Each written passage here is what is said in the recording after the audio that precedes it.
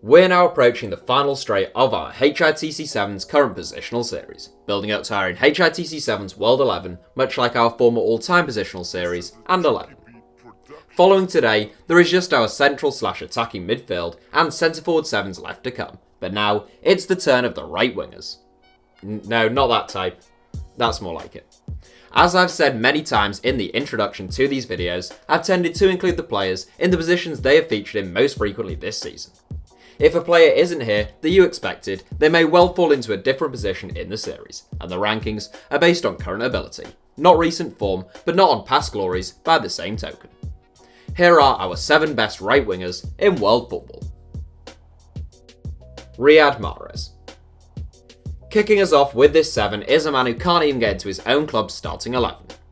Having been a very big fish in a medium-sized pond at Leicester City, Mahrez is now a biggish fish in an enormous pond at Manchester City. I wouldn't say the Algerian is one of City's 2 best wide players, but he's certainly among the 10 best right wingers in world football. The 2-time Premier League winner has 11 goals and 7 assists so far this season, and when one looks at his attacking contributions per minute, it's up there with the best in the league. Most dangerous when given a yard of space to cut inside onto his favourite left foot, Mahrez possesses a wicked shot and delivery into the box, but perhaps lacks some of the deftness, selflessness and intelligence in tight areas of his teammates. Nevertheless, he's a top-class player who would be a star man in virtually any other team to Pep Guardiola's, and he takes 7th place here for us. Ousmane Dembele. Having been absolutely sensational during his single season at Borussia Dortmund, Ousmane Dembele joined Barcelona for an initial €105 million plus a further €40 million subject to add-ons. His first season at the Camp Nou was blighted by injuries, and although the 21-year-old hasn't been able to stay fit for the entirety of this season either, he has been far more impressive when he's been out on the pitch. In truth, Dembele has played more football on the left than the right this season, and it was a bit of a blunder on my part not including him in the left wing video last week, so that's why he's here instead. To be fair, the young Frenchman is just as capable on either flank, and he did tend to play predominantly on the right earlier in his career.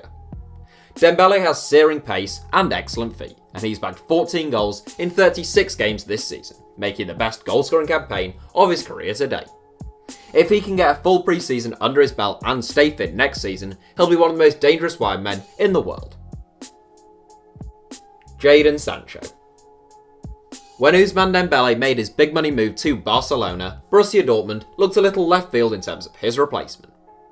The English have historically been notoriously poor travellers, and Jadon Sancho took a big risk and was quite brave in many respects to leave a comfortable setting at Manchester City for Germany at the age of 17. It's a risk that he is now reaping the rewards of though, having taken a season just a bed in last year, he's been superb this term. Born in the year 2000, Sancho only just turned 19, but he has been one of the stars of the Bundesliga in 2018-19. He has the most league assists of any player in Europe's top 5 divisions with 13. He has the most dribbles per game in the Bundesliga, and he's chipped in with 10 goals to boot. Sancho is inventive, skillful, and supremely confident on the ball. His close control and burst of acceleration is enough to give any fullback nightmares, and already a full England international, I suspect he'll be the youngest player to feature in this series. Raheem Sterling. A lot of people commented asking where Raheem Sterling was in our left winger 7, but that one wasn't a blunder on my part, since Raheem Sterling has played more games on the right than he has on the left this season. As with a number of wide players, Sterling is pretty much equally adept on either flank, but the right wing video is the right 7 for him right now. A real force of nature these days, Sterling has gone from strength to strength under Pep Guardiola, and this is the 6th season of his career that he has hit double figures. Not bad for a 24-year-old winger. This season and last have been a class apart from the rest though, as Sterling's knack of sniffing out chances and his composure in front of goal have been among the best in the world game. Since the start of last season, he has scored 42 goals in 88 games. The Englishman has chipped in with 11 assists in addition to his 19 goals this season, making him a candidate for the Premier League Player of the Season award. With all that in mind, 4th place seems rather harsh for the former Liverpool man, but the calibre of player in front of him is pretty special. Mohamed Salah.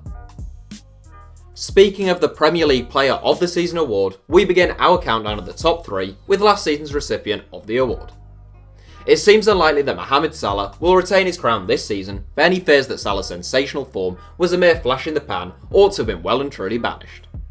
Although he only has half as many goals this season as he managed last term, that still puts him on 22 goals from 44 games, and in the running for the Premier League's Golden Boot as we approach the last few games of the season. Salah is a very direct wide man, meaning he has fewer assists than the likes of Sterling, Sancho and even Mahrez, but he is Liverpool's primary goal scorer along with Sadio Mane. Following a recent barren spell in front of goal, by his own standards at least, Salah scored a goal of the season contender in Liverpool's home match against Chelsea. Salah has excellent movement and will always carve out chances for himself, but like the vast majority of players, he does look so much more dangerous when he has confidence coursing through his veins. Comparisons to Messi and Ronaldo were always premature and indeed downright silly, but Salah is a brilliant footballer and he deserves bronze in this 7. Kylian Mbappe. Kylian Mbappe's goal-scoring record this season, in all competitions, is actually identical to Mohamed Salah's last season. In the league, albeit the merits of Ligue 1 can be debated until the cows come home, he has scored better than a goal a game this season.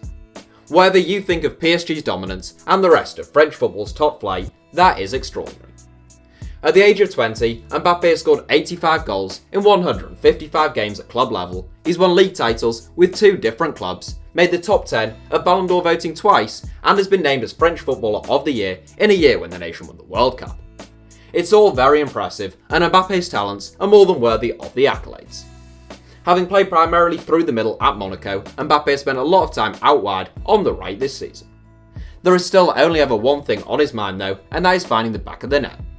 It's Mbappe's pace, directness, and sheer willingness to run at players that frightens the life out of defenders. At the age of 20, we think he's already the second best right winger in the world, and if he keeps playing there, one day he'll be the best.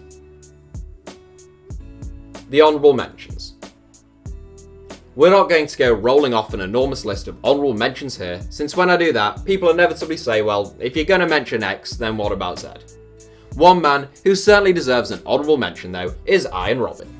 At one time the best right winger in the world, the Dutchman is 35 now in fairness, but he's still a master of attacking wing play. For more than 15 years, Robben has been cutting inside onto his left foot and making a fool of fullbacks, and still, no one has truly managed to neutralise that skill. His Bayern Munich teammate Kingsley Coman also deserves a mention, as a really talented 22-year-old who has had very little luck when it comes to injuries.